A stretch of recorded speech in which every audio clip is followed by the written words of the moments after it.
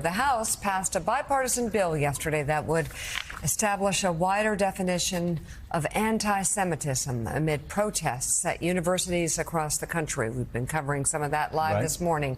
The legislation would give the Department of Education broader powers to crack down on anti-Semitism on college campuses. It also requires the department to use the definition of anti-Semitism put forward by the International Holocaust Remembrance Alliance when enforcing anti-discrimination laws.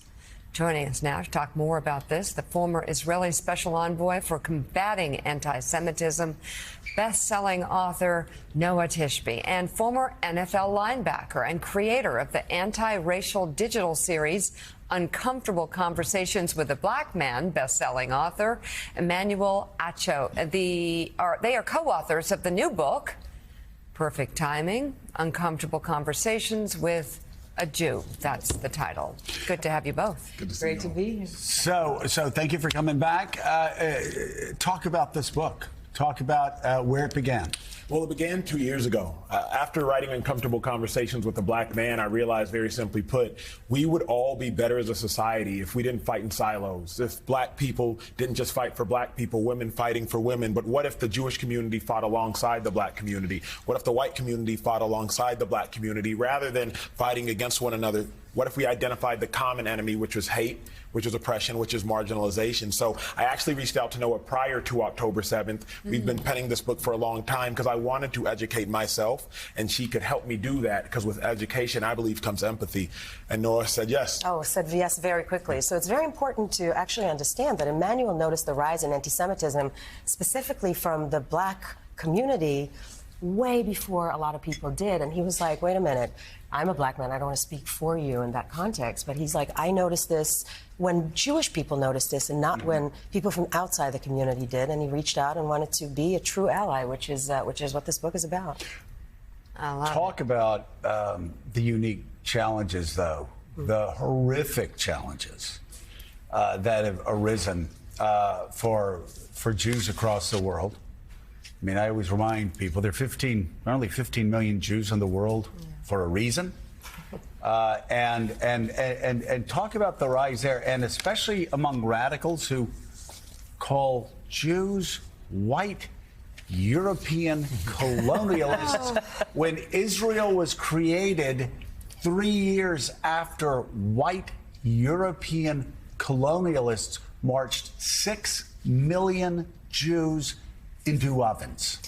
Yeah, I mean, look, the fact that some in the extreme left were able to brand Israel a colonialist state is one of the most brilliant feats in crazy land. Yeah. Because literally Israel is a refugee state which was decolonized from Great Britain. So when these people chant today, we want 48, we don't want 2 states, we want 48, they're talking about going back to British colonialism? Right. I'm not entirely sure. And this is to what we've been talking about, that anti-Zionism is the new form of anti-Semitism. This is exactly what we're seeing right now on college campuses. So can you tell me, though, why kids in college and I call them kids because I'm an old dude. I got kids. They're kids. But they're legal why, adults. How did they get to a point where they started chanting genocidal phrases from the river to the sea, and they don't even know, a lot of them don't even know what they're proposing? They don't know what they're proposing. So the thing about what's happening right now on college campuses, it's three things that we have to understand. First of all, it's obviously not peaceful. Second, it's not grassroots because it's well coordinated, well funded. For example, the tents, all of them have green tents. It's very puzzling. And the most important thing is that it's not true. So the kids that are actually protesting and think that they're doing the best thing for humanity, what happened is that they have been brainwashed by TikTok to believe that Zionism necessitates the genocide of Palestinians.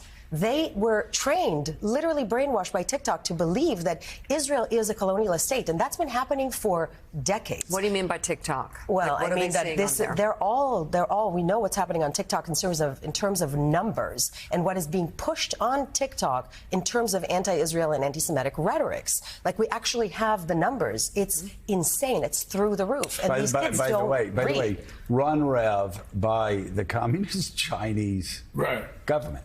Who wants to see the division? One of the things that interests me about your book, and I want to address this to Emmanuel. It is uncomfortable conversations we have to have. Yeah. When I started talking with Rabbi Pesner and Jonathan Greenblatt with ADL, trying to bring us together, and they had to confront me, well, you were involved with some things that we felt were anti-Semitic. And I said, no, I didn't say this, but I did allow certain things that I was insensitive to. Yep.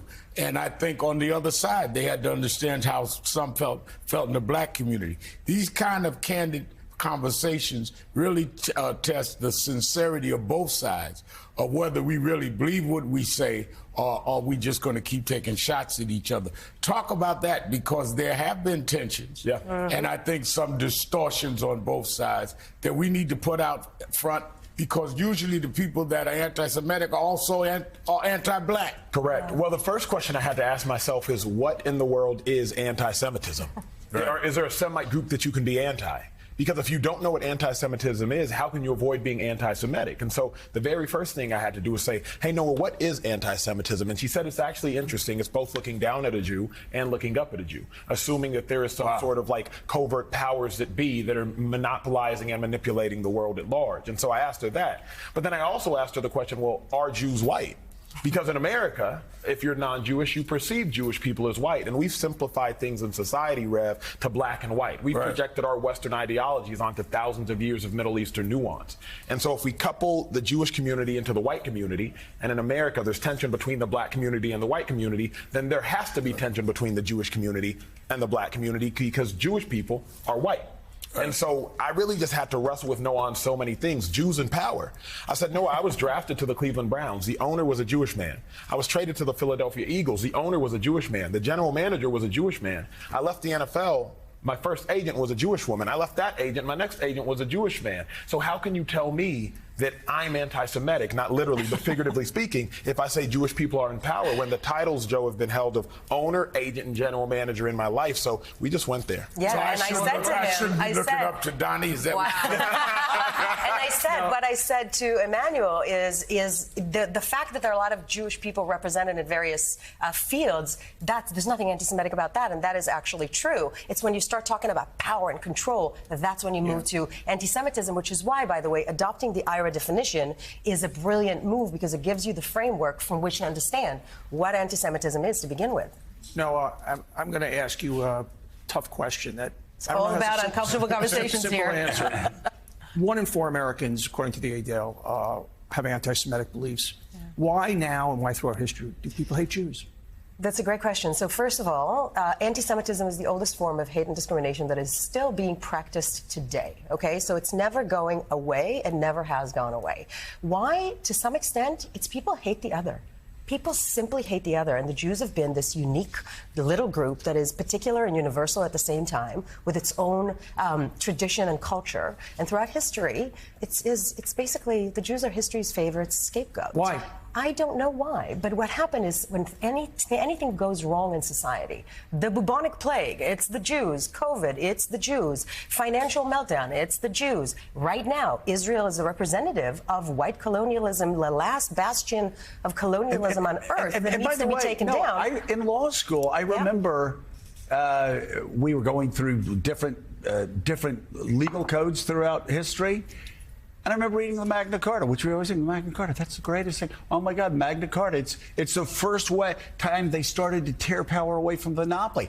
And you have all these rights. You have the right to do this and this and this, unless you're a Jew. You have the right to do this and this and this, unless you're a Jew. Yep. It is in the Magna Carta. Yeah, it's been ingrained in the population, and it's been historically no blacks, no Jews, which is one of the other incredible reasons that we came together, because we need to recreate the relationship between the black community and the Jewish community. There's been a schism, and we just refuse to play along. Donnie, if I may speak to that as well, I believe oftentimes you hate what you do not know. Mm-hmm. Right. I think you hate what you don't know. Yeah. I think proximity, it breeds care, distance breeds fear. One of my favorite quotes is, if we truly took the time to get to know one another, you would have no heroes nor villains, because you would actually get to know individuals. So we, I believe, just have to take more time to actually get to know these different individuals. Stop living in fear, because fear it's a byproduct of misunderstanding. Yeah. It's a byproduct of a lack of knowledge. And really, one, that's why we penned the book, but that's also why we just spend time talking. And it's not a fun conversation at times. Like, I it's bet. very authentic. It's very Yeah. out there. It's like we're putting everything on the table. Yeah. That's so great. Yeah. And the new book is entitled Uncomfortable Conversations with a Jew. Emmanuel Acho and Noah Tishby, thank you Such an so much for important what book. you're doing. Thank you so And one of the much. things we Thank learned, you. Mika, we don't have to look up to Donnie anymore. That's the takeaway. Big takeaway from this incredibly important conversation. incredible. No, it's really Thank great you. what you're Thank you, doing. guys. Thank you. It's a very difficult time. Coming